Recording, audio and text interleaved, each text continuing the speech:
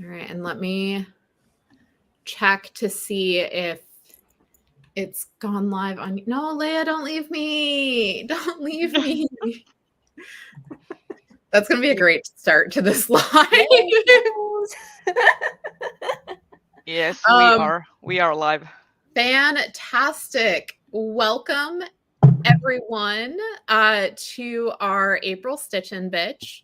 My name is Diana. This is my channel, Bookish Die. And welcome to April. So let's go around and introduce ourselves. So Rachel, you first. I love how we say welcome to April, and it's like we only have End of April, hours of April left. last day. April in my heart. I still have books I started in April, which I'm not going to finish because it is the last day of the month, but what was the question? Introduce yourself. Oh my god, I'm sorry. Yes, my name is Rachel. My channel is Kalanati, and I'm actually going to have a video up today. What is up with that? I mainly read fantasy and science fiction and nonfiction. A lot of nonfiction about fiber arts these days, and it's great. We would expect nothing less from you, Rachel. What? I said we would expect nothing less for you for reading a lot of books on fiber arts. Also very topical. Yes. For the stream. Yeah. Also, Kelsey, I have that same exact mug. I know you do because I've seen it in your videos. It's been a while, but yes. So since we're already picking on Kelsey, do you want to introduce yourself and your channel? I'm Kelsey. My channel is The Fancy Hat Lady Reads. I have not posted there in over a month, but I intend to. I have videos planned, I promise. I mostly read sci-fi and fantasy. And Rhea. So yes, I am Rhea. My channel is The Bookfinch, and I also have been on a little bit of an unexpected hiatus, but hopefully tomorrow I will film my March and April wrap-up, and then you will be having another video soon again. I mostly talk about science fiction and fantasy, and especially comics and manga. I'm going to say after last month's Hugo recommendations live stream that went for 3 hours. Yeah. Like that burned me out so hard. That is the reason that I did not for a month sit down to film anything. I was like, no. Oh no. That's fair. That was a very long live stream. I haven't read anything either until yesterday. Oh no. So there goes the Hugo nomination deadline. But we'll yeah. So sidetrack before we get started with the rest of our plan thing. I emailed the Hugo team because for folks who don't know, in our group chat, I've been complaining about the fact that I procrastinated, and as a consequence of that, I'm having issues accessing the site after trying like everything. Like Rhea suggested, basically turning off and on my Wi-Fi. Tried that, didn't work. Tried different browsers. Kelsey was like, "Well, try a VPN." Tried a VPN using 2 different country codes. Still didn't work. So I emailed the Hugo team, and they're like, just email us your nomination ballot. So I guess I'm going to be doing that after the live stream. Well, at least they are somewhat accommodating on that, so that's something. That's probably the only thing they can do at this point. I think a lot of people are having issues with it. So if you, like me, procrastinated and are now in the find around part of fuck around and find out, email the Hugo team. All right, let's start with what we're reading. So I'm going to go in reverse order. So Rhea, do you want to tell us about what you've been reading since we last spoke? What I have been reading? Well, per your recommendation, actually, I was reading the how activists tamed like how to survive a plague, how activists and scientists tamed the AIDS plague, and I finished listening to it on audio, and I was like horrified, first of all, that that the entire like scientific like research was basically halted by virus and putting in patents and basically like causing this huge like feud between the competing like research teams and halting the entire progress for AIDS research for 6 years. I know. It was so awful. Also, I was so shocked about the whole like how because I had known that Anthony Fauci was like the leading like AIDS scientist in the like from the like government basically research side. And I had no idea that he had been so like ineffective and kind of like conservative in his like efforts to like do AIDS research and stuff. And basically he was also like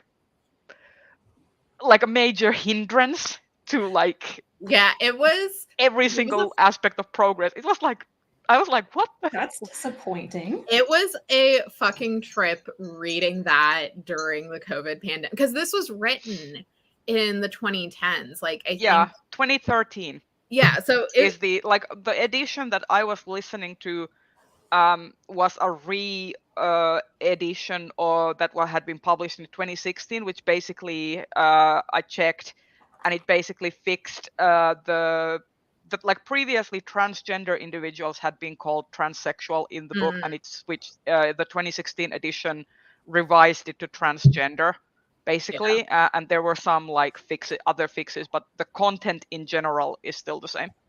Yeah, so it was a fucking trip. But I really like enjoyment is a strong word, but I was like it's and I recommend the audio. The audio was good. Yeah, I read it. I read the ebook. Yeah, it's a very like good in fact that like it's telling a really important story, and the writing is good, and I liked how the author kind of weaved in his experiences as a gay man living through the AIDS crisis, as well as telling the story of what happened. I think it's like with that one, I would recommend for folks who haven't read it, reading it in conjunction with And the Band Played On by Randy Schultz, because they're telling like two different components of the same story. So, And the Band Played On was like written when the AIDS epidemic started, and Randy Schultz unfortunately didn't live to really see the publication and impact of his book. And so like that's a good record of like a contemporaneous record of what happened. And then How to Survive a Plague is kind of the next step. And they also focus on two different areas. So like Randy Schultz was based in San Francisco, and so he takes a very West Coast approach. And then How to Survive a Plague takes a more East Coast approach. I will also say that aside from that, I have also been reading Assassin of Reality with buddy reading it with Rachel. Rachel has already finished it, but I've like, here's the thing. This entire year, I have been struggling, especially with physical books. Like my entire like because I'm kind of like doing like, I don't count like reading time and audio listening time together. I try to keep them separate so that I have like separate statistics for how much I'm listening versus how much I'm reading. Yeah. So my audio listening is the only thing that is keeping me up to date with my reading goals, because like I'm basically like, if I'm at home just doing like, my mind just like my mind is everywhere all at the same time, so it's really hard to like sit down and pick up a book and read it. And then I've liked Assassin of Reality. I've liked talking about it with Rachel, but it is so like dense in a way, and the concepts are so abstract that it's kind of like kryptonite for my brain right now. So it's like a very weird experience. So like I'm lagging behind, but I'm reading that one. And then another book that I'm planning on finishing actually today after the stream is Mothkeeper by Kay O'Neill. I really like it. I'm actually thinking there's one character, the storyteller in that book, that I would like to cosplay, and I'm thinking that there's still time for Glasgow, so I might actually start that project and make that cosplay for Glasgow. You absolutely should. I don't even know who the character is, and you absolutely Very should. you. Yeah, it's basically the old Rhea, owl look- character. You got Yes! Yes! Hi, Maya. And then Joe is also a fan of Rachel's background. Yeah, I had to put all my shawls up. I brought them all home from work and was like, display time. And yeah, same, Elise. Last month I read a book called How to Sell a Poison, and it's about DDT and some of the stuff around how like citizen scientists were talking about it, and how it kind of ties into like government's trying to poison us, and in this case, yeah, the government was poisoning people. So it Yeah, also the like placebo trials and everything that were like so unethical. Kelsey, do you want to tell us about the book that you finished? I have not finished anything. I am merely reading again. I read the first half of 2 different books yesterday. Ooh. So I could have finished a book, but I was like, no, I'm far enough in book 1 that I know it's going on my Hugo ballot. Now I need to start book 2. So I got far enough in both of these yesterday to know that I'm really loving both of them, halfway through each of them. The first is Osmo Unknown and the 8-Penny Woods.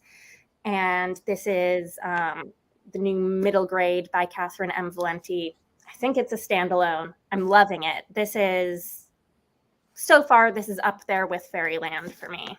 Nice. Oh, wow. Nice. Which her last middle grade, which was the Glasstown game, I liked it, but it wasn't as good. For me, this is as good so far. And then another book that will be going on my Lodestar ballot, A Magic Steeped in Poison by Judy I. Lin. This is the first in a duology. They both came out last year, and I don't know what the series is called, but this is all about like tea magic, and it's Tea magic? tea magic. Tea magic. Yes, and it's wonderful. See, I've been meaning to read that just based on the cover and also like the premise, and I'm so glad that you're liking it, because now I'm even more encouraged to pick it up. Same.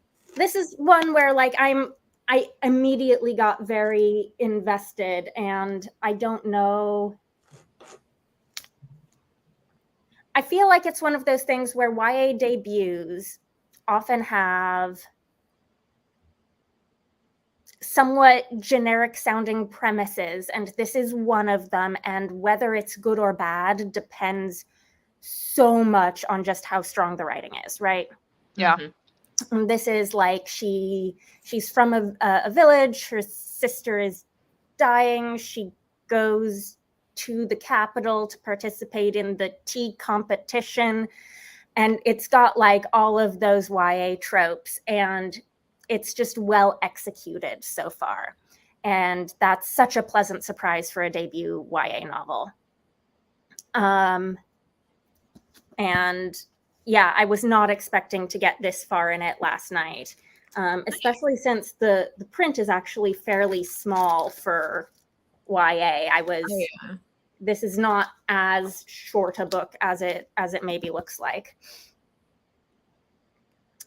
So I'm really enjoying both of those, and I think this author is also Hello Luke. Yeah, we got our first like Void true boy fighting. That's not me forcing Leia to be on camera. See, I was hoping that Hermes would join us, but the moment I start speaking, he somehow realizes that I'm socializing, and then he's like, I know that no one is here, but I can't. I do not. The cat is like, I do not want to be perceived, even by online individuals. Luke loves being perceived by whoever I'm video chatting with. Like, I feel like anytime I boot up Zoom, Luke will like just appear next to me. It's like, okay, now I need attention.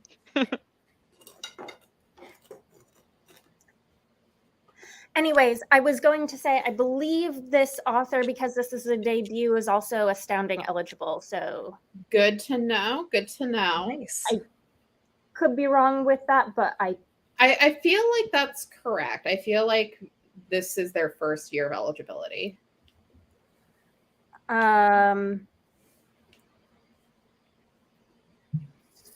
So that's what I've been reading. And then today I'm like, well, I'm reading, I'm on a roll. Do I finish one of these books, or do I say I'm going to read short fiction today?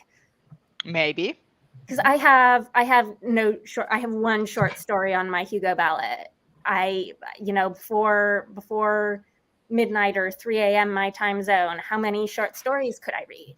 Oh, All of them. I don't know what it is. If it was like the pressure of the Hugo voting period, where it's like there are things I feel like I need to read, and now that means I can't read any of them. And I don't want to read things that aren't Hugo eligible before the Hugo voting closes, because then that's wasting my time I could be spending reading Hugo things. And then soon we will be reading the short list.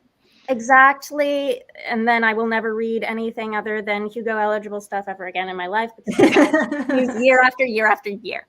But Hugo reading's a losing game. You never catch up. You never catch up. And also every single year you try to like read more and more so that you could nominate, like actually, have a pool that right, is like. Because the worst thing is when you don't get to those sort of niche books that are most exciting to you and no one else, which are the things that you wish you could be nominating. Mm-hmm. And if you don't get to those before the nominations close, then the awards shortlist comes up and there's nothing you actually want to read on it. It's all the things you have to read now. I will say, and I feel like maybe I'm doing Hugo nominations like not terribly ethically, but sometimes I will nominate something where I'm like, I want to read this. And if it gets nominated, I will read it, but I haven't read it yet. So, like, for example, I'm planning on nominating a Neon Hemlock novella because I desperately want the novella category not to just be Tor.com. Mm-hmm. And also it's a novella that I've heard good things about. And if it gets nominated, I will read it. It's just, I haven't gotten around to reading it yet. I generally like I think it's each their own. I don't think I don't think you are alone in that. I personally don't nominate anything that I haven't like read, but at the same time it's like it isn't necessarily about ethics. It's just that I don't want to accidentally nominate a crappy thing that I would end up hating. But it's like I always feel like I'm most confident when I'm nominating actually the drama presentation stuff, because I watch a lot of stuff.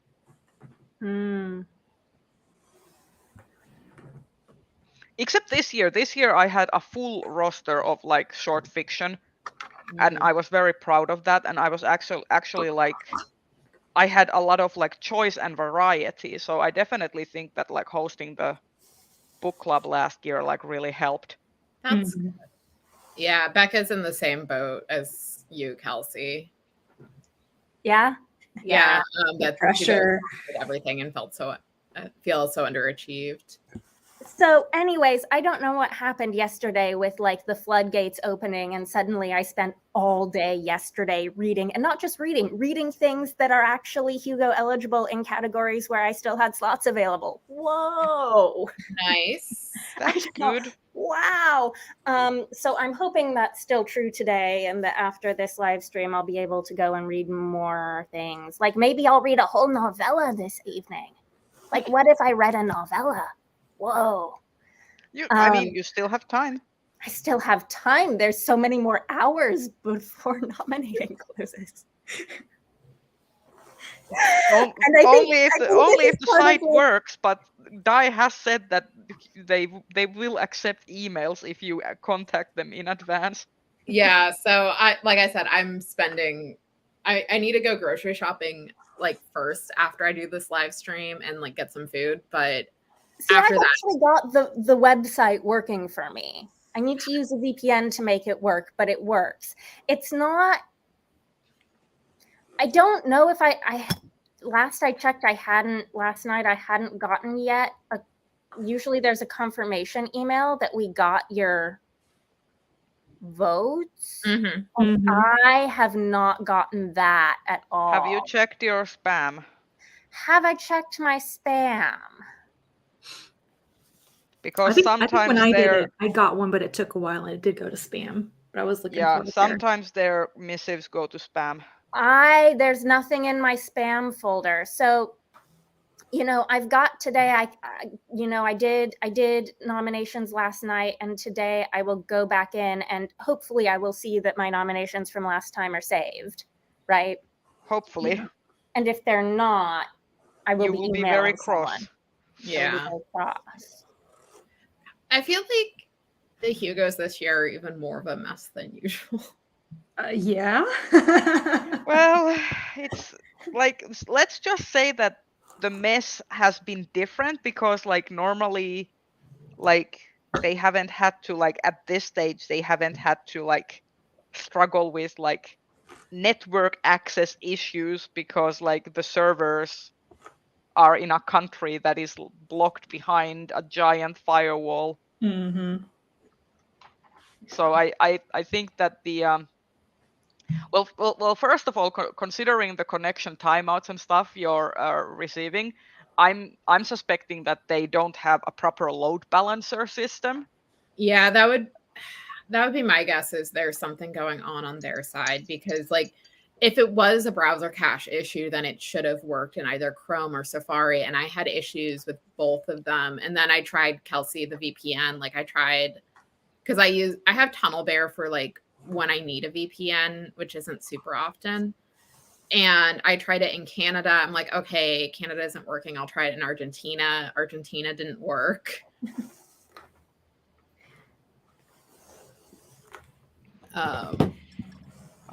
Yes. It feels like the WorldCon that keeps. Yeah. Okay. Someone, Ron says someone on Twitter posted a warning to be sure you click the submit button and not the save button. And not just the save button. Okay. Yeah. Okay. Rachel, what have you been reading since we last spoke? The same stuff I've been reading for like a month because I can't finish anything. Oh. Although I have started some new things. So I did finally start Noor by Nnedi Okorafor, which I've had. When did this book come out? Late 2001. Yeah, 2021. So it's like 2 years old now. And I'm finally reading this novella. And it's okay so far. But my one true love has been Fabric by Victoria Finlay. Nice. So I'm maybe a little more than a third of the way through. This is a chunky book, but it's fascinating. It is all about textiles from around the world, and some of it's pretty unusual stuff. A lot of books like this, they cover the highlights of like linen and the wool industry in England and silk in China, and you're like, okay, yeah, and I got it. But this is like bark cloth from Polynesia. It does talk about Harris tweed from the Hebrides, and I'm onto the chapter about pashmina. So, yeah. So that's been fun. And I am still reading Song for a New Day by Sarah Pinsker. So am I. Yes. And occasionally I pick it up and read like 2 chapters. And get nervous again. I'm officially halfway through it now. Yeah, Kelsey and I have been buddy reading this since. So you're still further than me by a few chapters, but I'm maybe. So, Okay. so yeah, it's actually due back at the library today. So I need to I need to read a good chunk of it. So I can- regret to inform you that I will not be spending today reading that book because today is my day where I'm reading Hugo eligible things. yeah. Okay, so someone in the comments, to kind of jump back to our Hugo discussion, said that to use the VPN set in Europe. So I will try that before emailing. I will set it to Finland in honor of Rhea. I mean, I haven't had problems recently. Yeah, so I think I'll try Finland and see how it goes. And I haven't used VPN. Like I had to use VPN prior to their before they fixed the site. So they fixed some things in the site, and after that I could get in without VPN, and it just was enough that I used an incognito browser window. I could access everything just fine until they upgraded the site, and then I could not. Fantastic. Although and when I that say was- fantastic, I don't mean it. 4 nominations opened, so I didn't try to access the nomination page before the site went down for maintenance, so I don't know if I would have been able to access the nomination page or not. Yeah. Okay. Oh, so I guess it's my turn to talk about reading. Yes. So I like had a very good March reading month, and then a still decent but not as great April. I did read, and I was telling Rachel this before we started, the worst book that I've read in a few years, because I'm doing a thing where I asked 12 different friends to recommend 12 different books. And so I started that project in April, and none of your books were chosen for this first go around.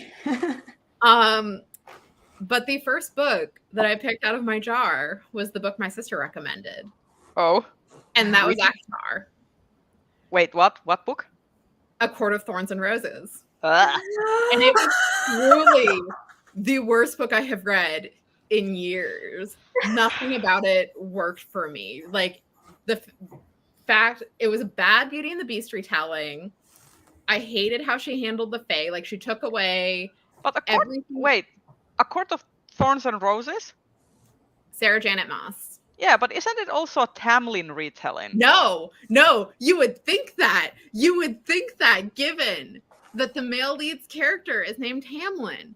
But at no point does Feyre go chasing down the Fairy Queen's hunt. At no point does she hold Tamlin tight as he changes shape, and then when he becomes fire or a serpent, dunk him in the water. At no point do we get a Tamlin retelling. Oh, I've always assumed that it was a Tamlin retelling based on the fact that the main character is named Tamlin. Did she just like the name and decide to use it in a fantasy novel, not realizing that? No, well, so someone in a Discord I'm in, followed Sarah Janet Moss, way back before her first book was started. And I think, back then there was supposed to be more of a Tamlin element, but it is not there anymore. Wow.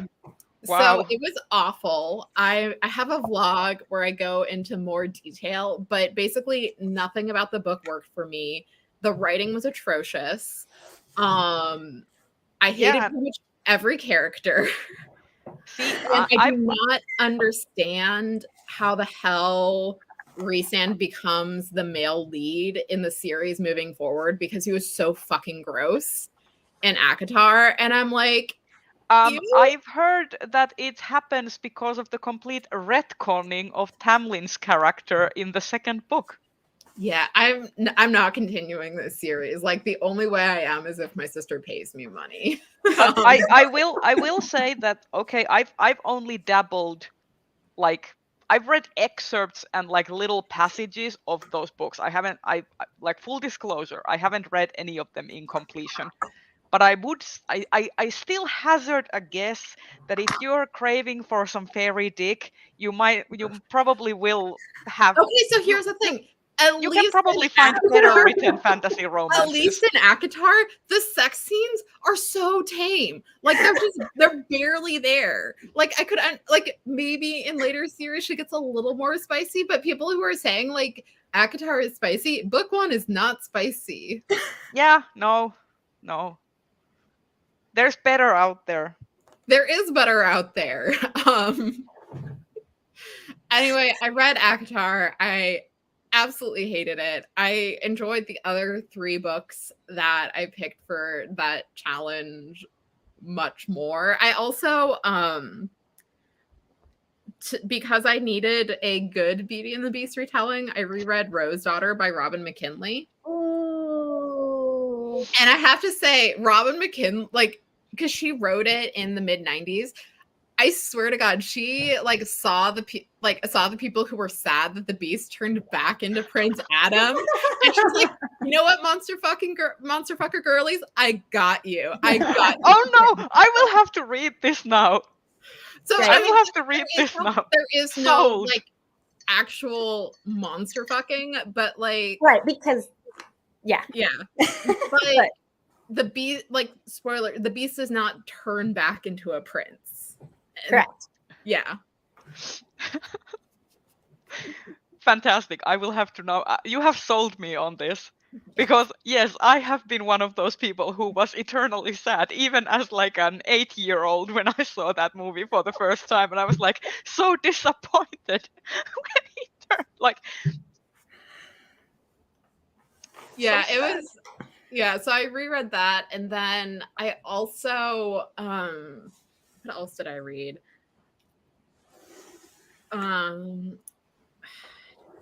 I've been reading a lot of the Kate Daniels books, actually. We've been doing a group read in a Discord that I'm in, and I only read the first Kate Daniels book, and I'm really enjoying it. Like, it's not perfect, but I like Kate as a character, and I like all the side characters. So if you're looking for like fun urban fantasy, I recommend that.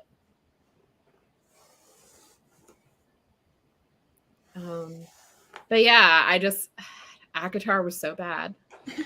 I mean, And then- speaking of hot, sexy fantasy romance, Under the Oak Tree second season finally is like fully out, all of the ebooks. So I'm going to purchase all of those and have some nice little escapism.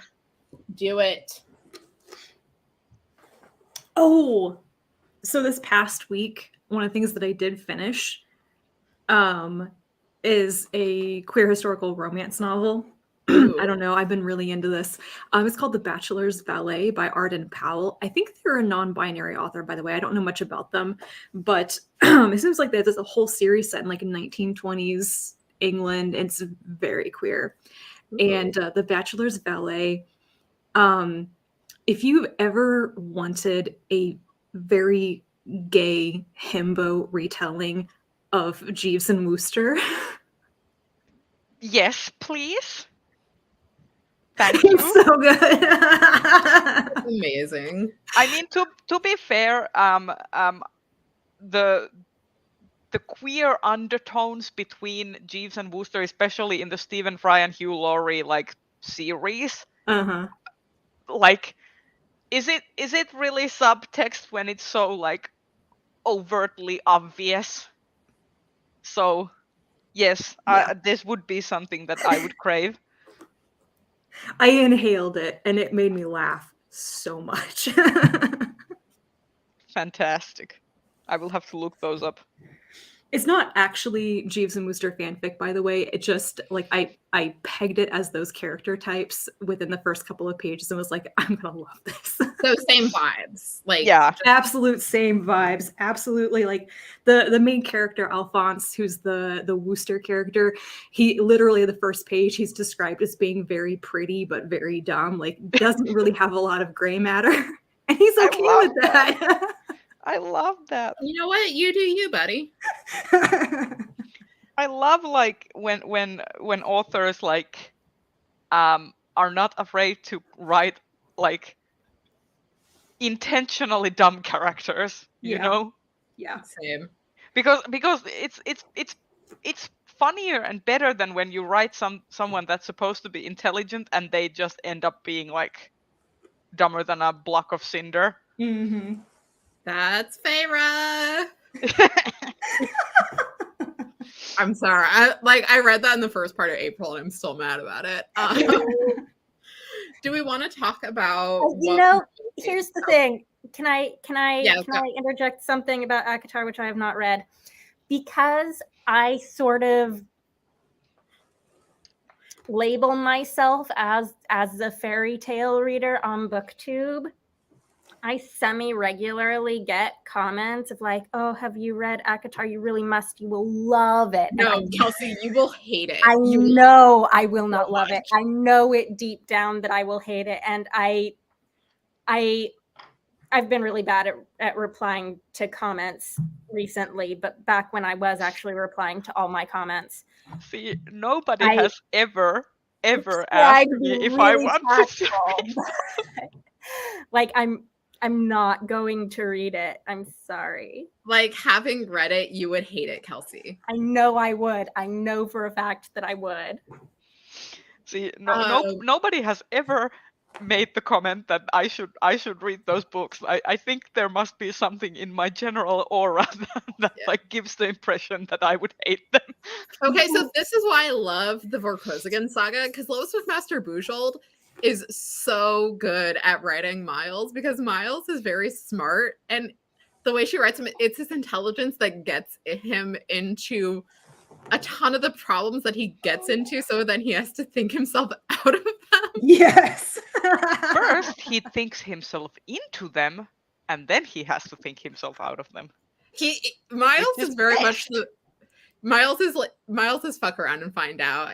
And see, this is also what I love about Ellen Kushner's Sword Point Riverside series, is that Alec is basically the same kind of, like, he's definitely also the kind of fuck around and find out archetype of a character. God, I need to reread those books. I love them. I reread and yet a different within Angela at Literature Science Alliance. She was like, I want a new sci-fi series. I'm like, have you read the Vorkosigan saga? She hadn't, and so we this past month read Shards of Honor, and she loved it. And I reread Shards of Honor last month as well, or in April as well. And Cordelia Naismith, Light of My Life, forever fave. I love her so much. So I have Barryard checked out, and I'm planning on reading that in May, because I haven't read it in so long, and it has one of my favorite scenes in the entire series. Is it the shopping scene? It's the shopping trips. See, I want to read the Riverside books again, but like I don't know at this point how many times I've reread them.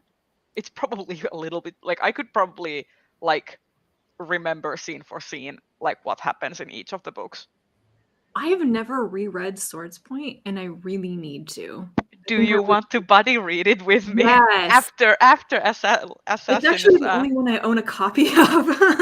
I own actually one thing, if you want to like buddy read all of them, one thing that I haven't read yet in the Riverside series, which I know is atrocious of me being a big fan of it, is the Tremontaine like collected mini series with several authors. I have the physical edition of that book. I haven't read it yet, so I would want to reread all of the Riverside books and then read that. So maybe we can make this a project. I will always be very happy when people love Swords Point. I accept no other opinions. We haven't talked about what we're making or mending in my We class. haven't talked about that. Was going to just transition. What? So Kelsey, since you brought it up, do you want to share I first? made a horrible mistake. Oh no. Love it. So What are you making? A horrible mistake. I love that.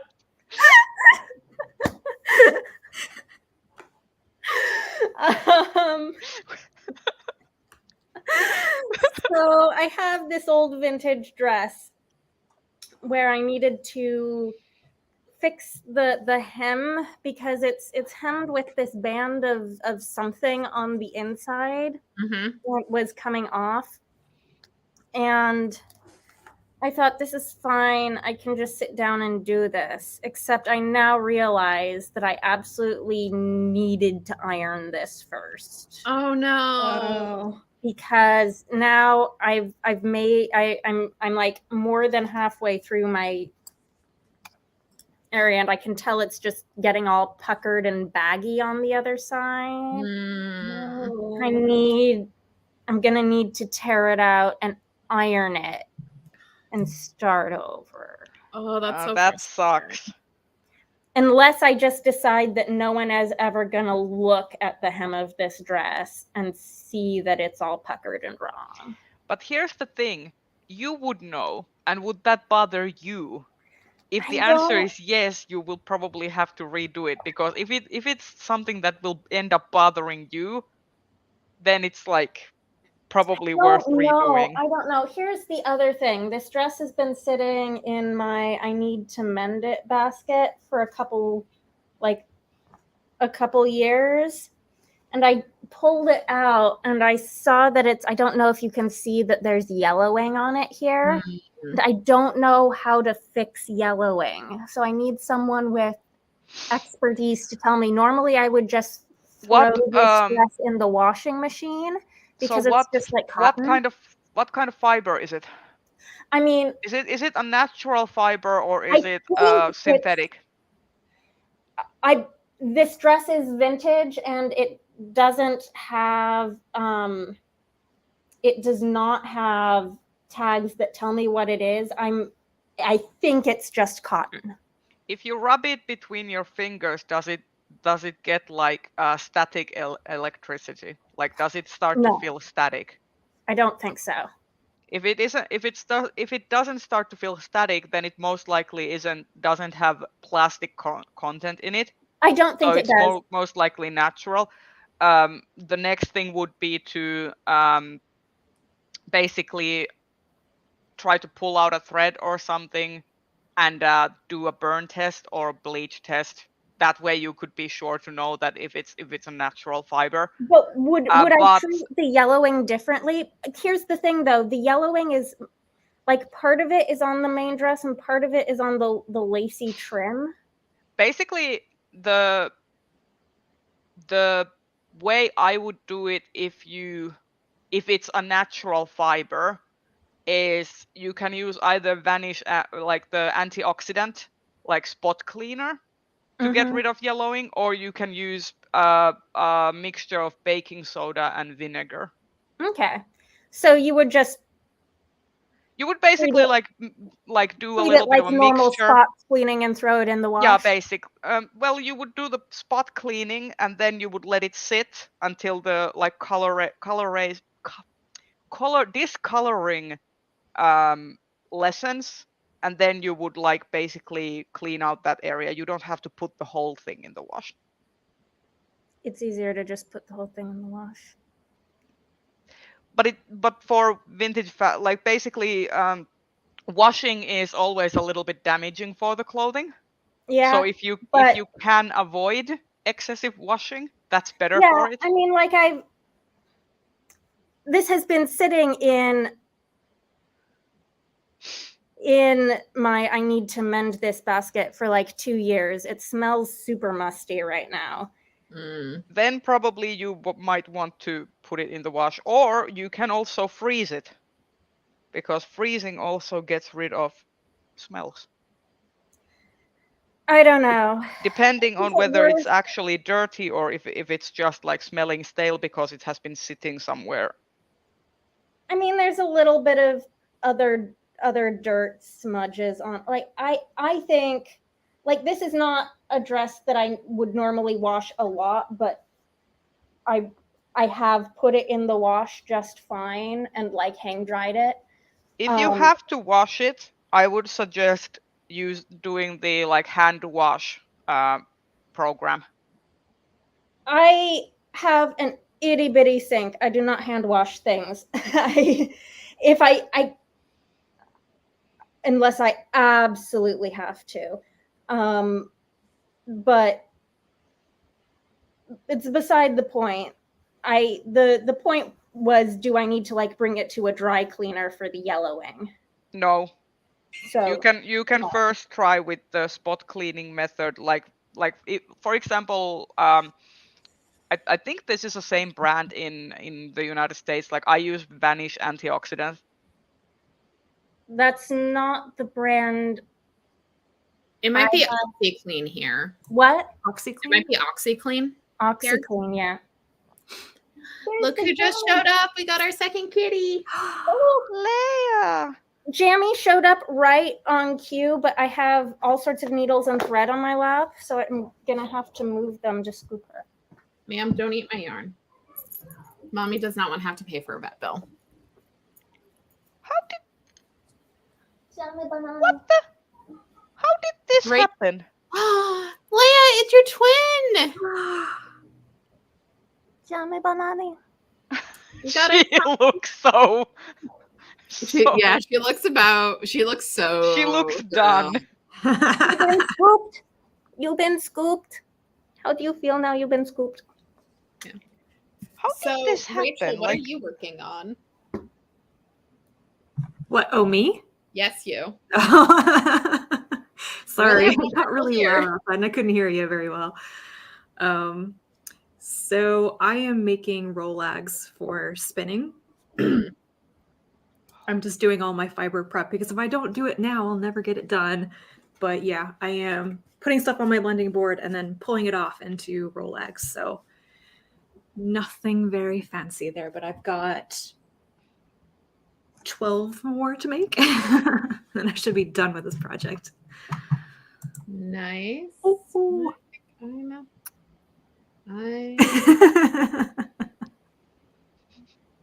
Anyway, Jammy Um, banana. I'm still working on the shawl with the mosaic knitting. I love it. That's so cool.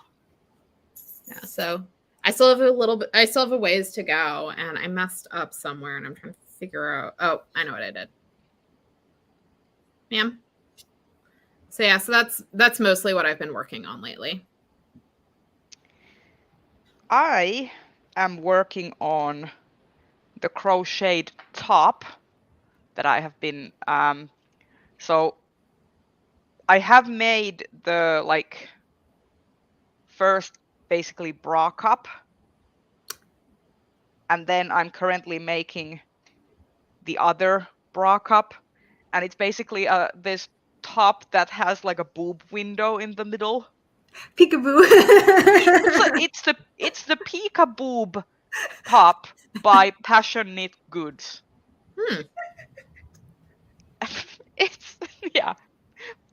It's great.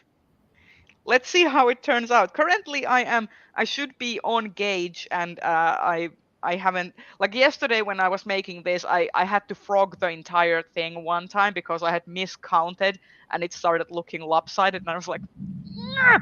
Like how can I miscount when it's just like single crochet and decreases every once in a while? Like how can I, like apparently I can. I love that I asked you. You said you were going to go get yarn for it, and I was like, "What color?" Yeah. You're like black. Yes.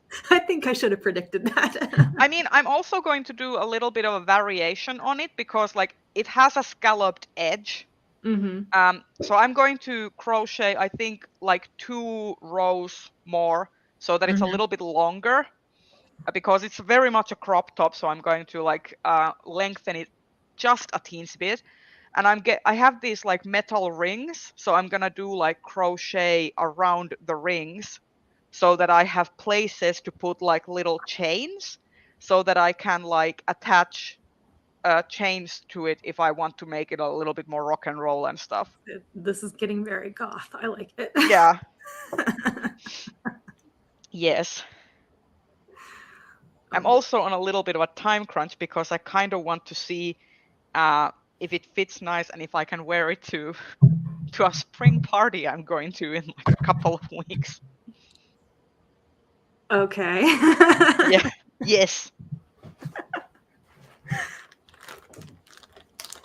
So we've talked books, we've talked making. What are some other things folks are? Oh my God, it's Jumi! Mhm. Leia abandoned me. She's done being perceived. So what are some other things people are enjoying? So I can go first. I still have to finish the finale, which I've been putting off because I've been kind of meh on the season, but I watched Mando season 3. I am here for Bo-Katan being Din and Grogu's mean lesbian auntie. That is how I'm perceiving their relationship. I do not ship them. I prefer mean lesbian auntie dynamic. And I will say Lizzo and Jack Black's cameos are probably the best Star Wars cameos that ever existed, and I don't think Lucasfilm will ever be able to top that. Jack Black is Jack in Black Mandalorian and season Lizzo? 3. I mean, I can kind of get Lizzo, but Jack Black? Yeah, so oh my god, it's episode 6. And Bo and Din are going to find some other Mandalorians, and they get asked by the planet that the Mandos are being asked to like help protect as private military contractors, essentially. And the ruler of the planet is named the Duchess, and she's played by Lizzo, looking fantastic. Like the costume design for Lizzo was so good. And then Jack Black is her husband. No, okay. What? Okay. They were delightful. It was just like, oh my god, they like topped them. And then Christopher Lloyd was also in that episode. Christopher Lloyd? Wait. Yeah. Christopher Lloyd as in Doc Brown, as in Yeah, that's Bester what- Adams Christopher Lloyd? Yes. I need to binge Mandalorian season 3. I've been putting off renewing my Disney Plus subscription because I was like, I want to binge it when all the episodes are out. Sorry, that was my phone. It needed to Oh shut. no. Yeah, so yeah, so the finale was last week. I still haven't watched the finale. But I did watch that. And then the other things I've been mostly doing this month have been video games. Oh no, I lost video. Oh no. Sorry, my computer's being weird. We can hear you, but you're frozen. Yeah, I think I need to quit something. Oh, you're back. Now you're back a little bit. It's a little bit choppy, but Yeah, I think I have too many things running on my poor laptop, so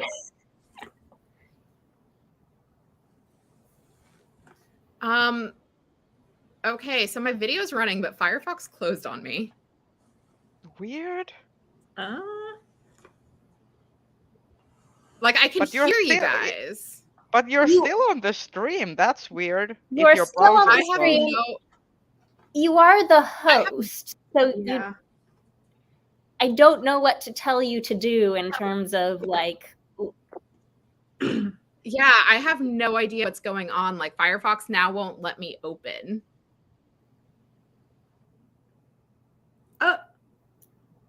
Are we still live without her? Yes. So far. Can someone in the audience tell us if we're still live? That would be nice. I see the live count in. Yeah, Streamyard, I so- see it as well. I think it's similar to what we had that one time when I dropped out and everyone else still went live until it like It lasted like- for like an hour. It was just black afterwards because it hadn't closed the Yeah. section. Joe says we're live. Yes. Okay.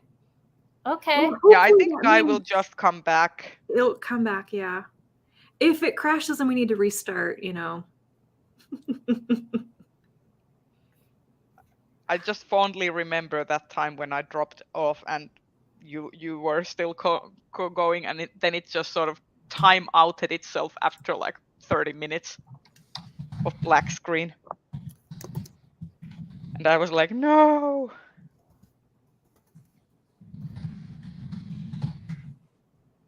And I think then I went back with the YouTube editing tools and just cut the Mm-hmm. things. Jammy Yeah. Cam.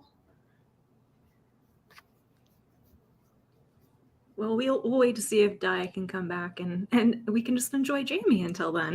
We can Yes, Jamie is fantastic. Fantastic kitty. She is.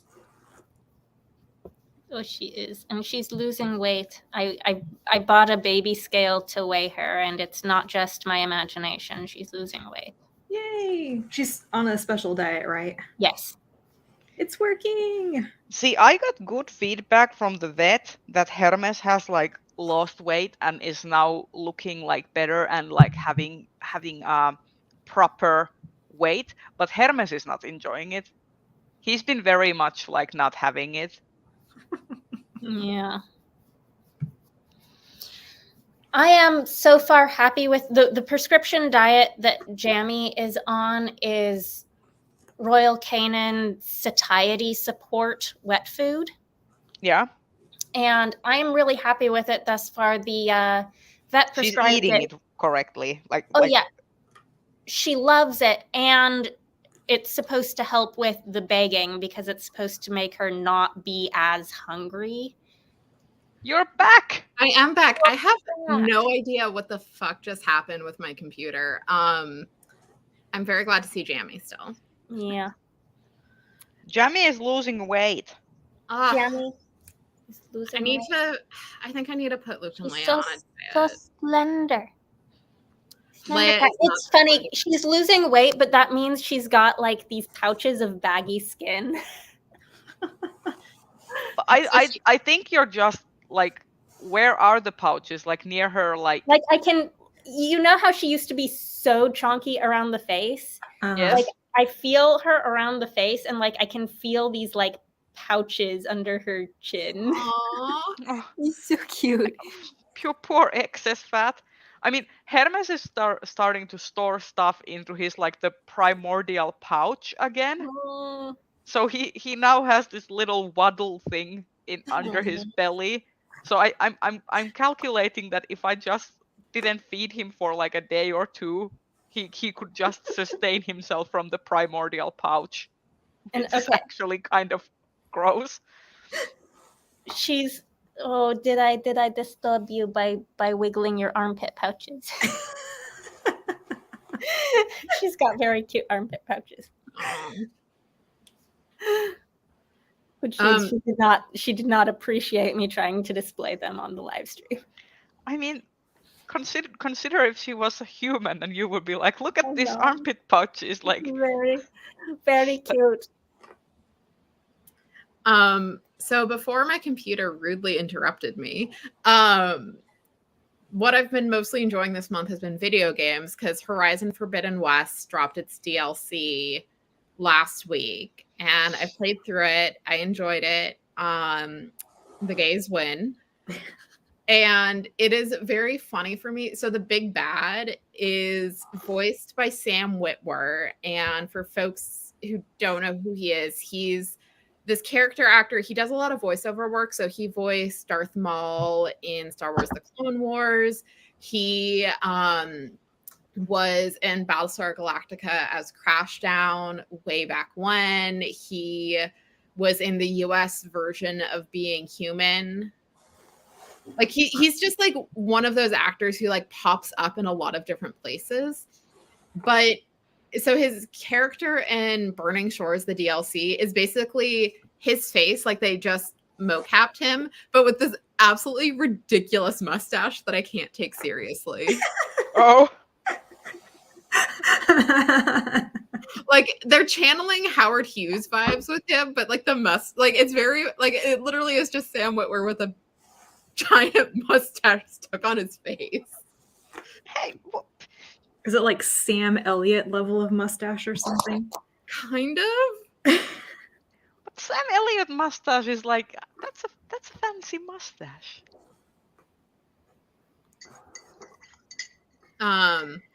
Anyway, so I played that, and then the other thing I've just started playing because it literally just came out this week is the new Star Wars video game, Jedi Survivor.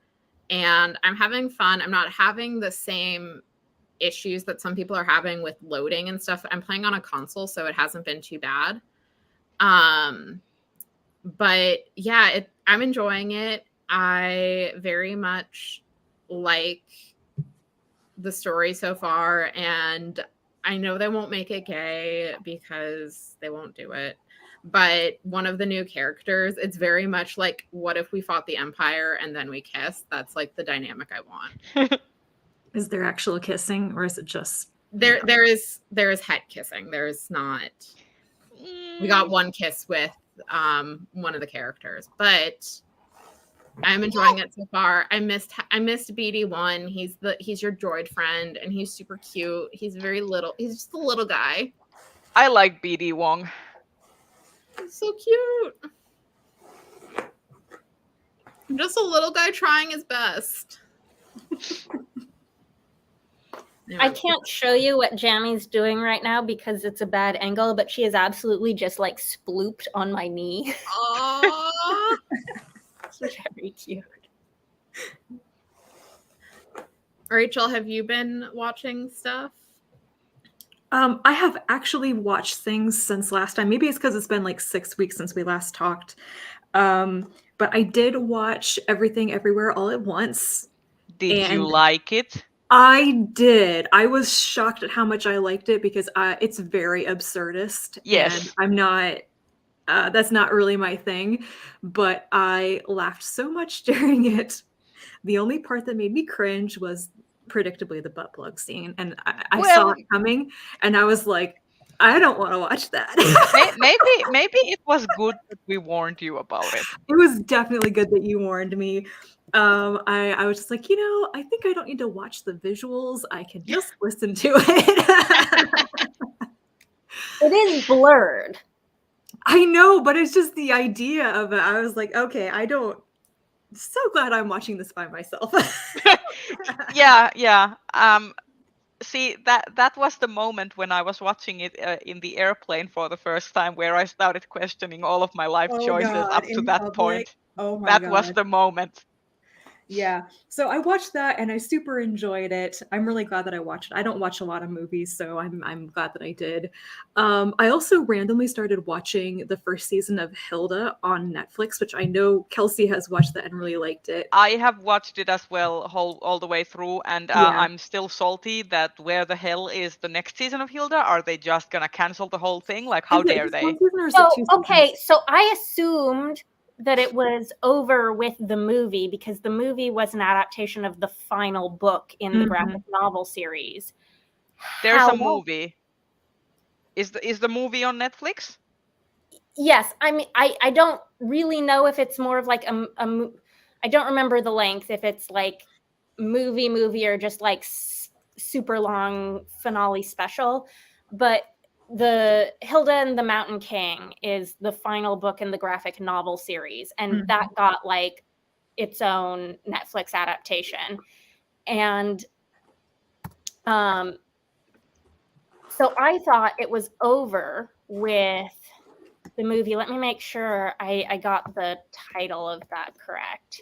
Because I haven't watched the movie because I don't think the movie is like in the same continuation as the seasons. It's a separate thing, I guess. Yeah. It absolutely is. It's the sequel to the seasons that exist. Hilda the Mountain King is what I need to watch that, definitely. What I thought was the finale of the animated series because it was the adaptation of the final graphic novel. And then I heard or saw something somewhere about them making another season, which would presumably take place after the Mountain King. So it might original not be happening. Based on a comic? Right.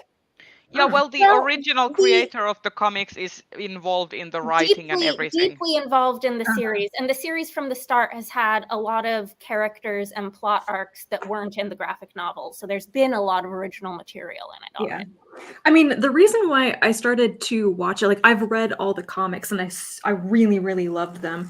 And I was really taken with how the adaptation looks the same, like the art style and the color palette and everything is the same. And I just really liked that.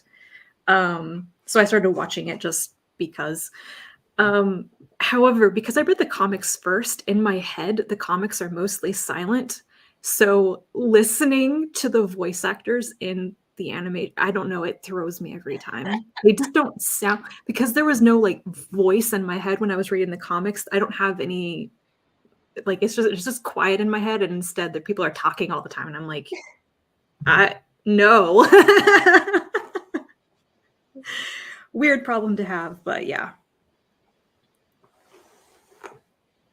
And yes, I did start watching season 1 of Leverage. I did. I started watching that right after our last live show, and I haven't gotten very far, but I have started rewatching it, and I like it a lot more this time around. I think I'm just So older and Rachel, I get it now. so Rachel, I do have a question. Yeah. When will we watch Shadow and Bone season 2 together? I Because I think it know. has finished airing at this point and all I the episodes know. are out. We have our Discord group for it and everything. We just haven't like picked a time, and that's probably because I never responded to like somebody's message. Sorry. Yeah, but well, probably in the next couple of weeks I have weekend time again. Yeah. Next I'm weekend definitely- I'm going on a cabin trip. I'm like, just get it on the calendar, whatever Saturday, because yes, I really want to watch it with everybody. Yes. Can I go next? Hold on. Let me just. I'm so glad that other people are watching Leverage. Like, I'm going to evangelize this show for the rest of my days just because, like, it is the perfect show for these times. So Leverage is your Swords Point. Yes. Yeah. You will know you've really, really succeeded if I watch Star Wars because of you. Okay, so here's the thing.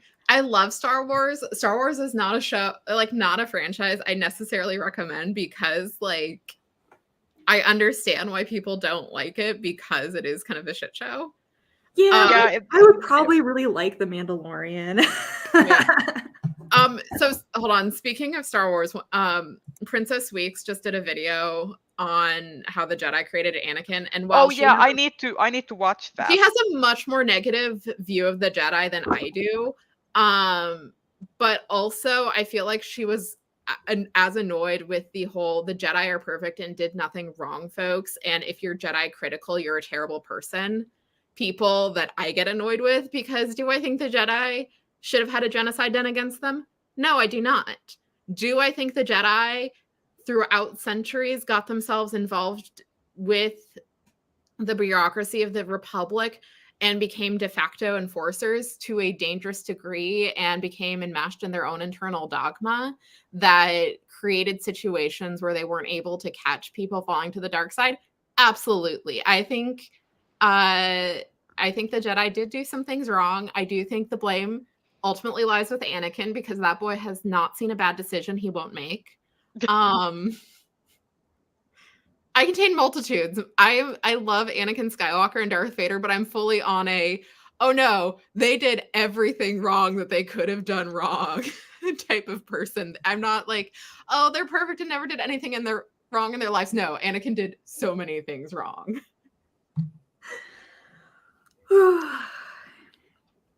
So yeah, I will try to finish the first season of Leverage by our next live show because I need to get a move on with that. And also, once I get done making all these Rolags, I'm going to need a lot of TV time while at my spinning wheel. Yeah. So much TV time.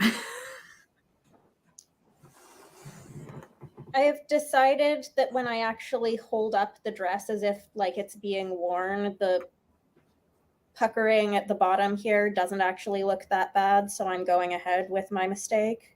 I'm owning it. Did You think maybe it'll even out a little bit once it's been washed and ironed or whatever too? Maybe. Luke came back. He's like, other cats were getting love and not me. Oh, the cat came back all the way next day. Oh, Thank God I'm still in count.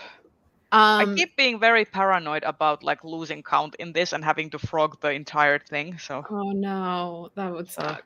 So At I'm least still it's not, like, it's still not in a count. huge garment. It's a peekaboo garment. So if you have to start over, it's not like, you know. Yeah, but it's like I think the most difficult part and the necessary part is to try to make the bra cups even. Like that's Oh, the yeah. like if they're gonna look like or if they end up being different sizes or like lopsided, it's gonna be stupid. Kelsey, I have just you had been? a thought. Does anybody else have the issue where boobs are different sizes and you kind of like want to have bra cups that are different sizes? I mean, I don't. I mean, to be completely honest, I wish I had a flatter chest, for reasons, but like, unfortunately, as a D cup, I haven't really ever even noticed whether they're the same or different size. They're just too big in Gosh. general. I'm barely an AA and I notice and I'm like, this is ridiculous. Mine are just I mean I don't mind them, but they're just kind of there. Yeah. In my Kelsey, case, they're kind of not there, but okay. I feel like two of us have like very similar problem. Like like two of us are on each end of the spectrum here. Yeah, I'm definitely in the AA cup. Why does absolutely no store stock AA size bras? So I have to buy them online and hope they fit. Yeah. Kelsey, Sorry, I introduced that tangent. I just had that idea. I was like, hey. no worries. I mean, I think it's a perfectly normal topic. Kelsey, what have you been watching? I have been watching so much stuff actually while I've not been able to read anything. Whoops, that's a text message on my end. Sorry for the dings. I've been watching so much stuff I don't even know which of it to talk about because most of it has not been good. Tell us more. Gosh, in the last month or two, I started watching 3 different C-dramas and sort of abandoned all of them. Tell me, was one of them the Fairy King thing? Till the End of the Moon? Yeah, that one.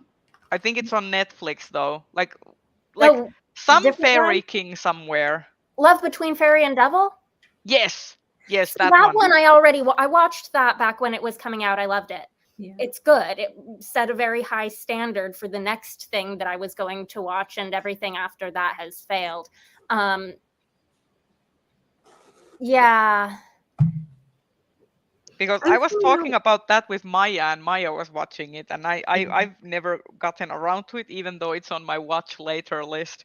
I tried started to watching watch it. another Shansha show called The Starry Love, where like I really want to enjoy this based on the super, tropey fun premise where they're 2 human princesses and they're twins and they're both like the reincarnation of some magical flower, so they each get like one of them has good omens and one of them has bad omens. So the one with good omens is like betrothed into the heaven realm, and the one with bad omens is betrothed into the demon realm. But then there's a switcheroo with the marriage carriages and they go to the wrong place.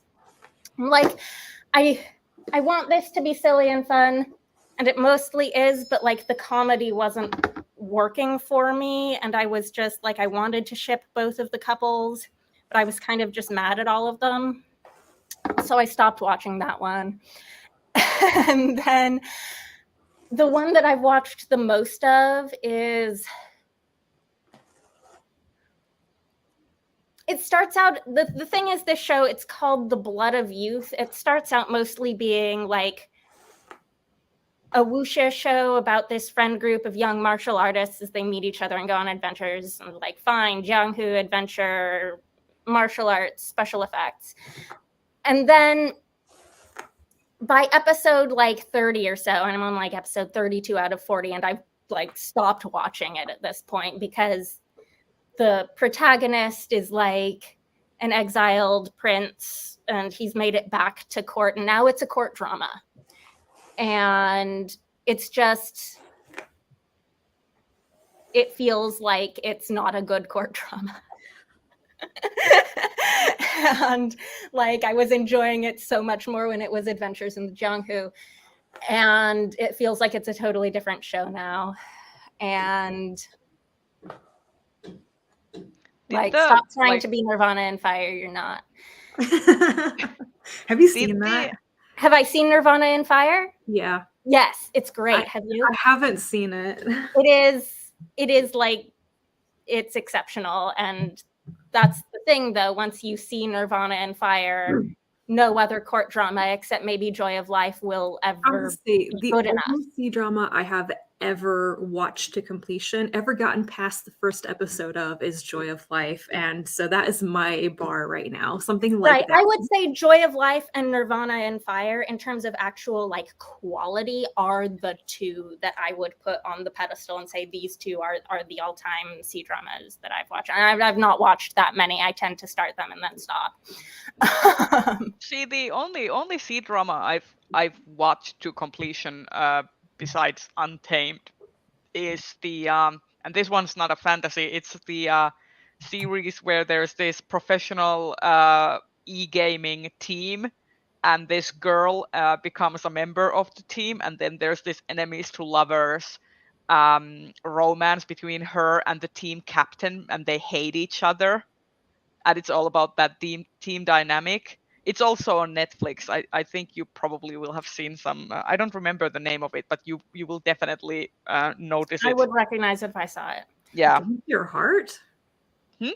Gank Your Heart? Maybe not. No, not it's sure. Just, is it the one? I'm sure I know which one you're talking about. But And there's like two different ones, because there's like there's one that is Taiwanese and one that is like specifically mainland China, and they have like a similar but not exactly the same premise. Is it The King's Avatar? Yes. That one, yes. Yes. There was an animated adaptation. I don't know if it came first or later, or if they're both adaptations of the same thing. I saw like the first episode of the animation, so that was why you said that, and I was like, I know which one you're talking about, even though I haven't watched it. Yeah. That one I did watch, and it's so freaking goofy. Like maybe it's also because like you know, I do play a lot of video games, and I also like know quite a bit about how those events are organized on like an organizational level, because I've volunteered and worked at a bunch of those kinds of events, and the way they're handled in the series is very fantastical and not at all how it is in reality. So it's sometimes very unintentionally cringy and goofy to look at, but the romance, like the enemies to lovers aspect in that, is actually quite nice, because it isn't like they don't get along because of this stupid mishap that happens with them like early on in the series, but it's nothing too serious that is like that they would be unable to like get over, which I hate is when someone tries to pitch me enemies to lovers where there's like some kind of blood feud or something between them, where like both of them or the other party has done something completely irredeemable and unforgivable, and for some reason the other person just completely forgets that because they are in love, and I'm like, right, yeah, no. Do you mean Raylo, Raya? Yes. Also, is that Raylo a real thing? Raylo? It became canon in the last movie. And then he died. So and then he died, right? Yeah, but it still my became main canon. takeaway when I walked out of that movie theater with my aunt and cousin after the fight. What was that movie even called? Rise of Skywalker. Rise of Skywalker, right? We walked out of that movie theater. I was like, geez. And my aunt and cousin are both massive Star Wars fans, and I am not. Okay, I didn't realize that it became canon. There was it became canon. And then they killed off. No, wait. They killed off Kylo. Yeah, and that was the only redeemable factor about the whole thing, that they killed I off. walked out of that movie theater with them, and I was like, that was a trilogy with a heck of a lot of sexual tension between all of these characters, with no one ending up together in the end. No one ended up with anyone. Yeah. Died? Yeah, that like it that and so here's the one thing that like I found very hilarious about that situation is like technically the Reylos won. Like Ray and Kylo / Ben, because he apparently redeemed himself without doing any work. But that's my general complaint about how Star Wars handles redemption. They kissed, like they got their damn kiss, and then they were mad that like Rey died, and then they're like, oh well, maybe Ben's spirit impregnated her, and she's gonna have. Ew. That's gross. No. Please, no. That's so. Ew. That's, Yeah. I regret to inform you about this. Now, is that canon yet? No, please tell no. So here's the thing. So they just announced that the next Star Wars movie is going to have Daisy Ridley as Rey again, like set 15 years later. So I've started my prayer circle that they managed to convince John Boyega to come back and that Adam Driver stays the fuck away from this franchise. See, here's the thing. I would completely understand if John Boyega was like, nope. Why would he come back? He was That's the thing, treated like, so poorly Yeah. by everyone involved. Like production treated him like shit. Like in terms of like everything, the way his character was almost written out, like the same with like Kelly Marie Tran's character and stuff. Like they treated him so atrociously, and then the fandom treated him so atrociously, and the production fed into that. They basically let the vitriolic asshole side of the fandom win by writing him out of the like more important role that he was originally supposed to play. I have so much thoughts about this, like I have try not emotions to about have this. too many thoughts about Star Wars. I like the droids. I like the Ewoks. I think, Kelsey, that is the more healthier aspect.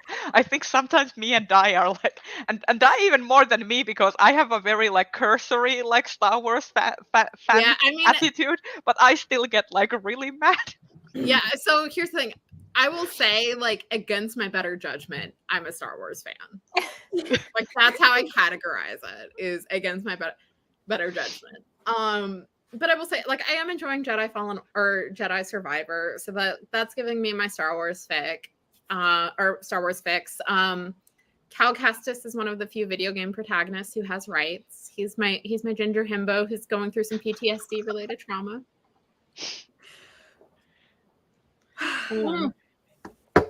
Do you want to hear about some things I've watched that I actually finished? Yes, tell us what you finished and maybe enjoyed. So I did finally finish watching Alchemy of Souls, both seasons, the K-drama on Netflix. Oh, that has 2 seasons? It Interesting. has 2 seasons, and I think a lot of people who loved the first season were mad about the second season because it takes place like 3 years later, and because of body swap magic shenanigans, the protagonist is played by a different actress. But I was not like so especially invested in like the lead actress. I mean, I enjoyed her performance in season 1. I thought she did a great job. But like I wasn't so deeply invested that I found anything about season 2 to be especially jarring to me. Like the storytelling was consistent enough with season 1, even with the time jump. But here's the thing. I watched it all, which was incredible for me because I tend to stop watching stuff partway through. It feels like it's a very sleekly produced fantasy trope fest. And I happen to be like susceptible to a number of those tropes, and that's what kept me watching. And it's not that I think they're good tropes, it's just that they do the thing for me where I need to click the next episode to see what happens next.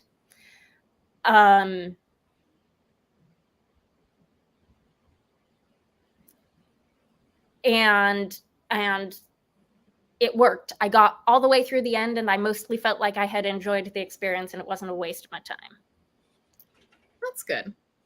I like that review. It wasn't a waste of my time. I mean, I feel like when I've watched 30 episodes of a 40-episode C-drama and it suddenly decides to be Bargain Bin Nirvana and Firelight when it was Wuxia Adventure, that I feel like I've wasted my time. Well, that's kind of like a genre whiplash, kind of. Yeah. Yeah.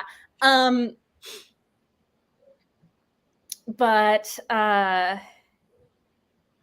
and I probably will finish watching The Blood of Youth once I like get it out of my system that I'm disappointed that it's a different thing than it was at the beginning. Because I am so close to the end. But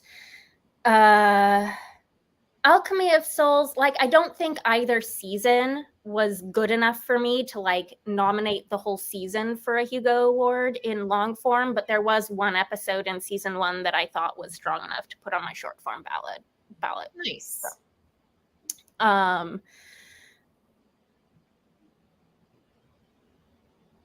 Then I went to see the anime film Suzume in theaters, which I thought was excellent. I am going to go see it after this next week. So maybe we can talk about it more next month after you've seen it. Yes, because like Makoto Shinkai is one of my okay, so Makoto Shinkai basically makes the same movie all the time. Like if you watch Your Name, if you watch like the Garden of, oh shit, I'm blanking. Anyway, Makoto Shinkai has Garden a very of Words? Is yes. that one? See, that's the only movie of his before I had previously tried to watch, and I DNF'd it. I was out halfway through because I started feeling like I have it seen wasn't going in a direction I was enjoying. I have seen every single movie he has put out, and he enjoys a very specific character arc and like narrative. Like every single one of his movies basically has the similar like structure and narrative like flavor, which can sometimes, if you for example watch some of his newer stuff back to back, it's kind of like you start to like it becomes kind of like unnerving watching them, even though they're different movies. But it's like it starts to feel very like, oh, you're kind of telling a very, very similar story with different story I now beats. have to go back and watch the ones that I haven't watched. But I think this is the movie where everyone got thrown for a loop by the trailer when the hot guy turns into a chair. Yep. And it's actually, for me, it's played for comedy, and for me, the comedy of the guy being a chair for more than half the movie, like, genuinely really worked. There was some very funny chair antics. I mean, it does give a whole new perspective to the whole like sit on my face stick. She does sit on him once. Why you gotta go there, Rhea? I have to. My mind works like this, and you get to enjoy it as well. Enjoy it or suffer. Depends on your like viewpoint. Anyways, so you enjoyed it. I enjoyed it immensely. So next year's Hugo ballot, then, I guess. And then I also had a very interesting movie theater experience where I then went to see a screening of the live filmed recording of the Japanese stage adaptation of Spirited Away that happened last year. Ooh, how was that? Ooh. It was really interesting from like a theater perspective. it was very theatrical in terms of like the use of puppetry and stage sets, like lots of stuff, some things that I think are references to sort of Japanese traditional theater. Like I think the set of the bathhouse was built in the shape of a no stage, for example. And it's been long enough since I studied Japanese theater in college that I knew that there was stuff I was not picking up on. I would have to have a refresher. But so very theatrical, but also like a way more literal adaptation of the movie, like scene for scene, costume for costume, than you would get in like a Broadway adaptation of a popular film. Because I kept thinking, like, would this work? Like, could you transfer this production to Broadway? Would this work on Broadway? And I think it was obviously, in terms of like the scale, the lavishness of the production, yeah, that was a Broadway caliber production. I'm not sure it would work for, you know, a New York tourist audience, because everyone seeing that show in Japan has probably seen Spirited Away and they know the movie. And if you brought that to New York, you would get tourists in the audience who had never seen the film. And because it's such a literal adaptation where like action scenes and stuff, you kind of need to know what's being portrayed, or I'm not sure some of the visuals would actually click. Like the scene, like there are certain scenes where, because it's been a number of years since I've seen that movie, I was confused for a bit until I was like, oh wait, this is the part where that happens. Now I understand what they're doing. So, because you think about like what you get on Broadway, like when Disney brings their movies to Broadway as stage adaptations, they change a lot of stuff. They add songs, they do different costuming choices, they change the story so it works on stage. And I know in Japan they do a lot of like stage adaptations of anime, and I don't know if this is typical. Like I'm really curious about whether this is typical on how the staging of those productions works. It made me want to know more. That is interesting. Yeah. But like all of some incredible, you know, puppetry, incredible costumes, but everything looks exactly like the movie, right? In terms of the costumes, in terms of what the puppets of some of the characters, like the dragon looks exactly like the dragon in the movie, right? And that's not how a Broadway adaptation would do it, probably. I did not know before this that Spirited Away had a stage play, but at the same time, it doesn't surprise me because literally everything, like for example, I'm just thinking about all the Takarazuka stage plays, for example, of friggin' Phoenix Wright.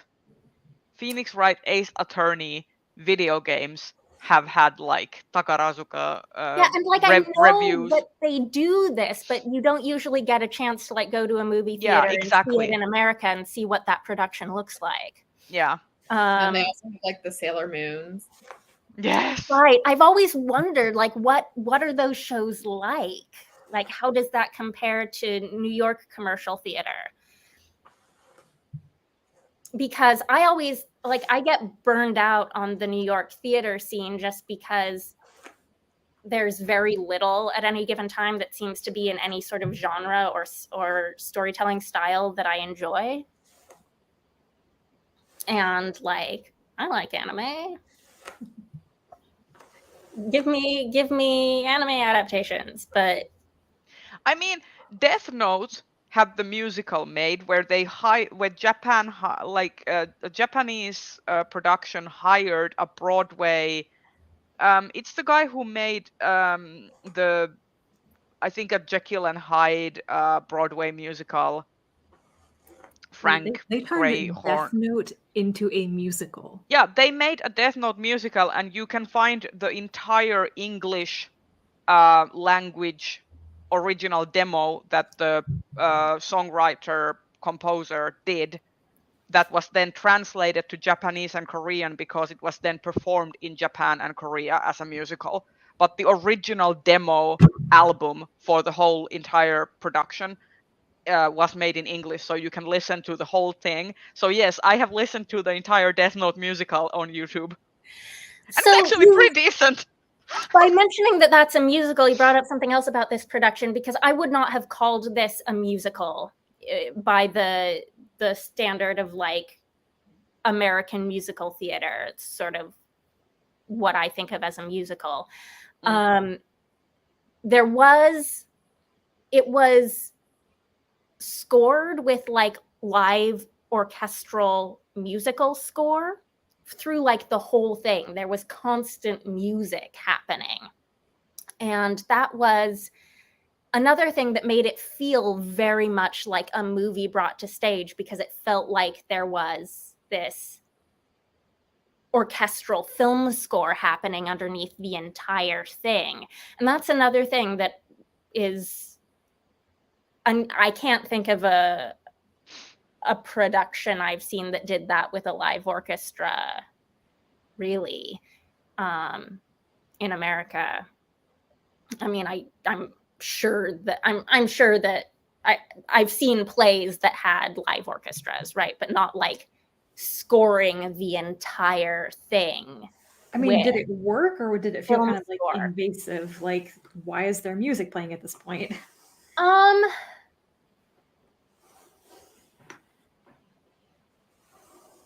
I think it worked because it was such a literal adaptation. Like, if you have a movie scene where like there's not a lot of dialogue and there's like a slow-paced thing happening, you need to have an orchestral score. Mm-hmm.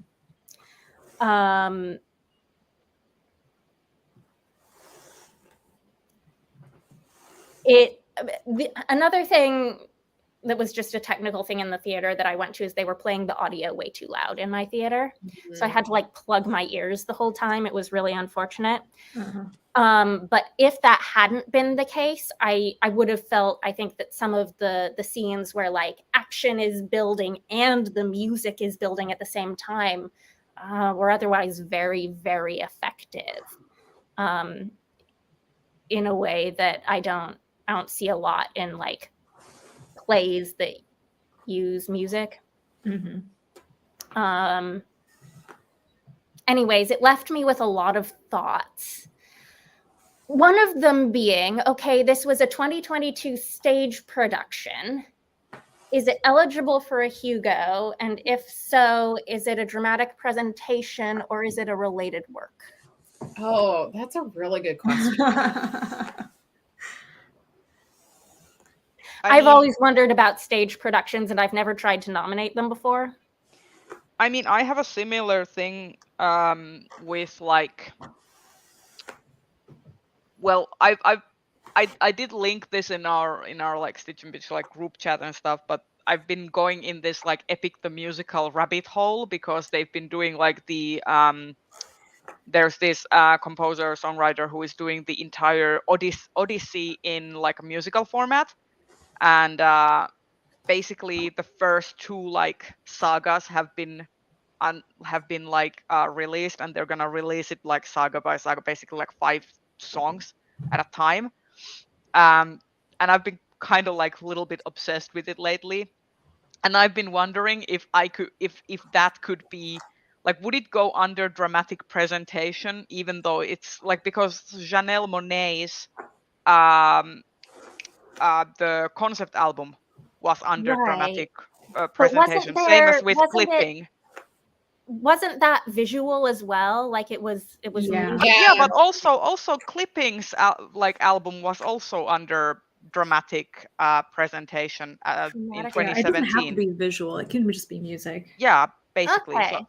So I've been thinking of like, can I nominate Epic the Musical? Probably.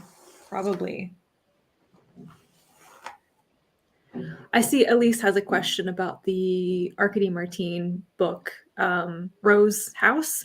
I haven't heard anything. You know, it was slated for a March release, and I'm pretty sure that Subterranean Presses had some major delays with printing at the beginning Yeah. of the year. But I haven't. Usually, like they'll send out an email specifically addressing it to the people who pre-ordered it, and I haven't seen anything. I don't know if I missed that or not. Yeah, they've been having issues. Like I had ordered the Sean McGuire, one of the new Mira Grant novellas last year, and they normally show up like towards the end of the year, and it didn't show up till like the beginning of this year, like March. Mm-hmm. So I think in general they're just operating on. I think they're also trying to find new printers because they've been having issues with the printer they were using. Okay, yeah. I did get the latest Penrick and Desdemona hardback from them. I know that was delayed. That's how I knew about the printing thing, because I think Bujold had posted something about the delays, but yeah. But I guess Subterranean Press themselves haven't issued any like statements. If they have, I've missed it. I don't read every email I get from them. Usually I pay attention if it's to a specific mailing list, like here about your pre-order. Yeah. But so can I? Yes, you're next. So I have been watching some anime. Skip and Loafer started.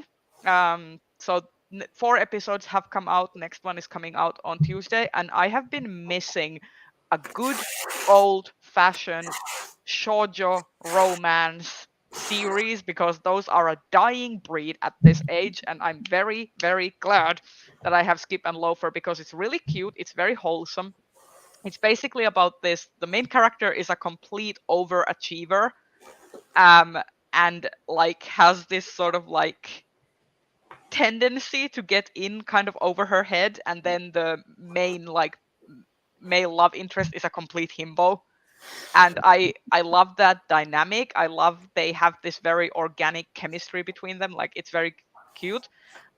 It also addresses some things, like for example, the main character's aunt is a trans woman and stuff. So it's like very fantastic to see that in anime. And it's actually like there are some things where it's not handled the best, but the overall it is very wholesome. Like the main character, for example, never, like she's always addressed with the proper pronouns. She's always addressed as her aunt and stuff like that. So it's like there's like some external prejudice shown by other characters that are not the main cast, that is kind of like putting emphasis on the fact that, okay, how society treats transgender people in Japan, but like generally it is a very wholesome portrayal, and I've been really enjoying it.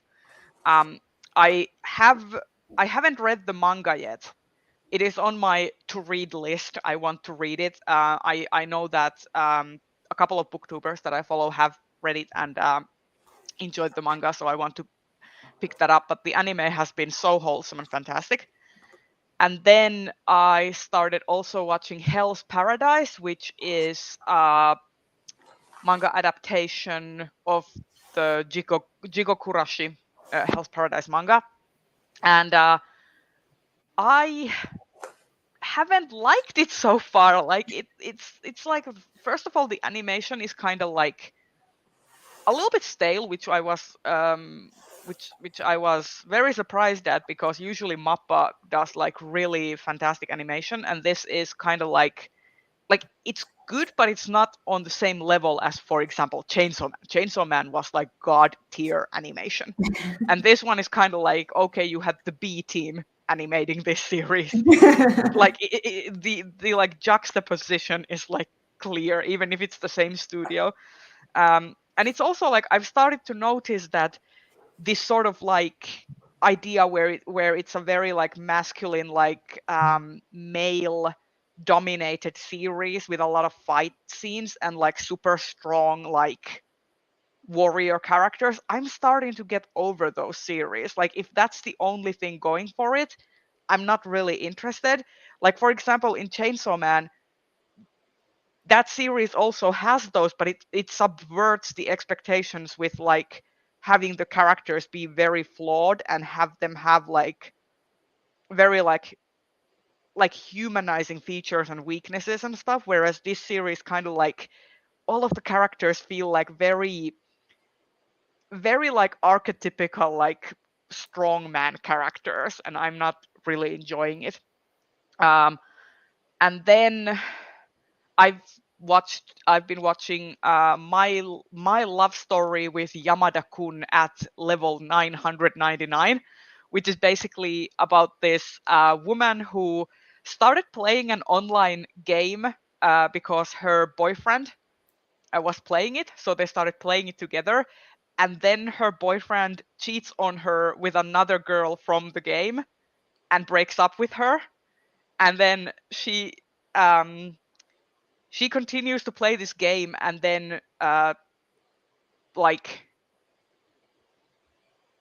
she meets this guy who Yamada, who is also playing the game, and he has no interest in romance or anything like that, and there's this kind of like they kind of start to form a bond together, and they're completely like different types of like people and have like a very different dynamic from each other, and it's kind of like opposites attract kind of thing, and she learns to kind of appreciate the game and learns to like figures out that she loves video games outside of like her previous romantic connection, and then he kind of starts to have feelings for her because she gets excited about like they get excited about thing together. It's very wholesome. It's been very nice.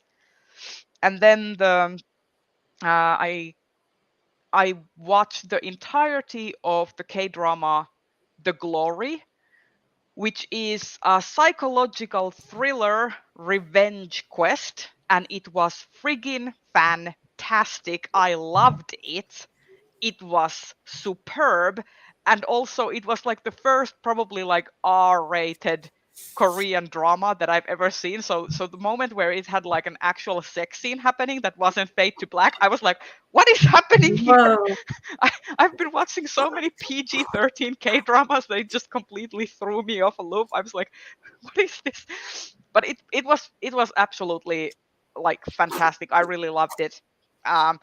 Like it has major content warnings for like domestic violence and very like physically violent bullying, and yeah, but fantastic series, really loved it. And then on Friday I went and watched John Wick 4 in the movies, and I also really liked it. I've liked all of the John Wick movies. They like, and this one basically I loved because it added everything to the lore. Bill Skarsgård plays the worst Frenchman ever. and he also has the worst like French accent. Like I was like, Bill, what are you doing? This clearly sounds like a Swedish man trying to put on a French accent. It's like please stop. But he was like wearing these sparkly suits and everything. Like the character was so over the top and like camp and like mustache twirlingly evil, but I was like really enjoying it. And then obviously Keanu Reeves is just like doing his thing, and Donnie Yen is in this movie, and Donnie Yen is fantastic. Star Wars fans might know him from Rogue One because he played Chirrut Imwe, and like he does I've actually seen that movie. I know who you're talking about. Yeah, he does a similar thing here. Well, Donnie Yen is known for the praying mantis fighting style. He uses that a lot, and the praying mantis fighting style is the myth, the legend around it is that it was developed by a blind woman. So he always ends up playing these kind of blind characters, and in this movie as well, he plays a blind character because he uses that fighting style. Yes, Joe, Ip Man is great. I've seen all of the Ip Man movies. Like Donnie Yen is a treasure. He's a treasure in this as well. And also this had like Hiroyuki Sanada is in this, and Rina Sawayama is in this. And Rina Sawayama released like the best album of last year, in my opinion. And she was in this movie doing like an action role, and she was fantastic. Like I really liked this movie. Like, it was like a really good closing chapter. Like, it wasn't perfect, but I really enjoyed it. It was like such a good movie. So yeah, those have been things I've been watching. Lots of anime, John Wick 4 and The Glory, and I would definitely recommend you watch The Glory because it was really good. I coincidentally was watching all the Netflix trailers for The Glory last night, and I'm intrigued, but all the content warnings have me going, ugh. Yeah, it's a very I have to heavy fast forward. series. It's a very heavy series, but it is very good.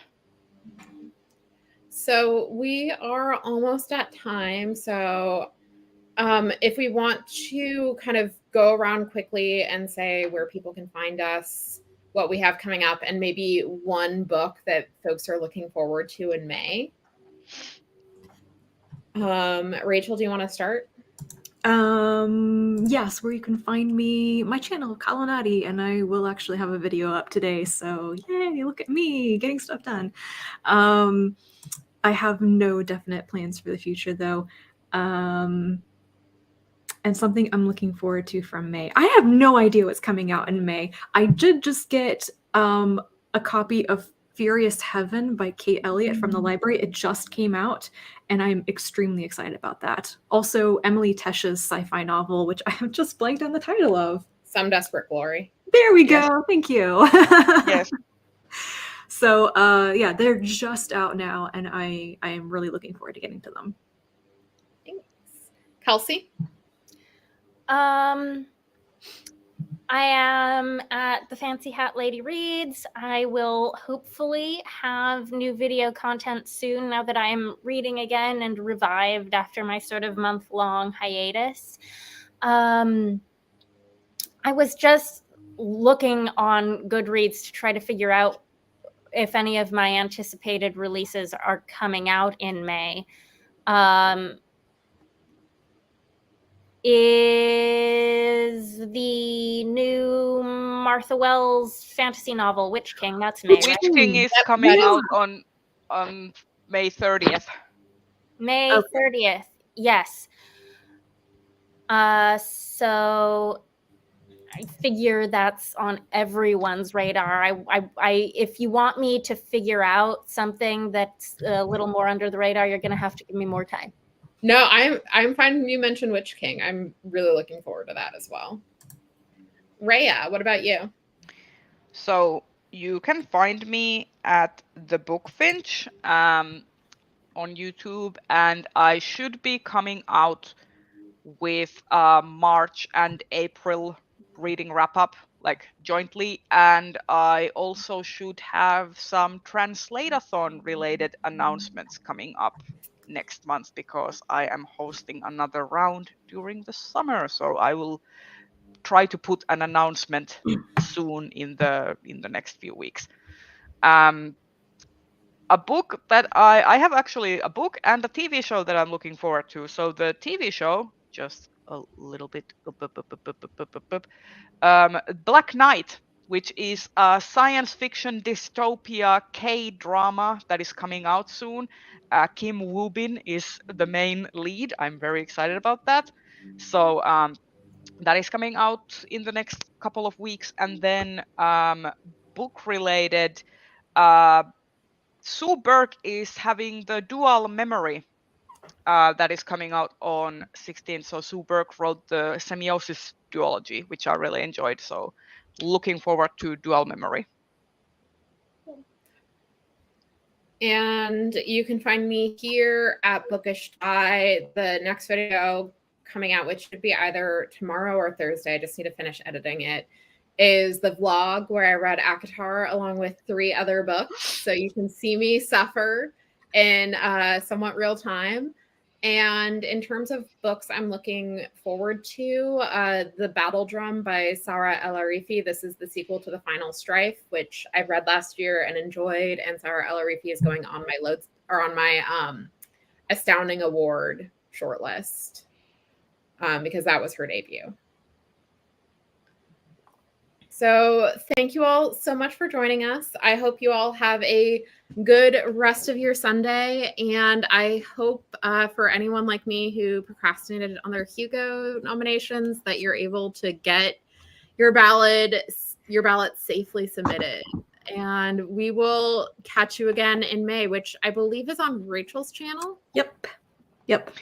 Should we try to do like a Hugo short list? I feel like the short list is gonna be announced in a few weeks. I would love to continue the tradition of hosting the Hugo shortlist run through. So reactions. Yeah, the reaction live show. I've hosted it the last couple of years, I think, and I love doing that. So I'd like to do it again. Yeah, so keep your eyes peeled for that as well. Goodbye, Luke. We usually do that as a separate show. Yeah, that's like a bonus live show. So yeah. So let's do that. Yes. I'm always up for discussing. I have feelings. I have feelings that everybody keep their fingers crossed that there are no hiccups with the nominations being processed and the shortlist being announced, and hoping that there are actually things on the shortlist that we will recognize. Yes. Because, yeah. I feel like whatever happens, this will be a very interesting shortlist. Yes. I have a feeling. Mm-hmm. We will have thoughts. Even if we have to do a lot of research to discover what Chinese fandom is nominating, it will be interesting. Yes. Well, thank you again so much for joining us, and we will catch you in May. Bye. Bye. Bye-bye.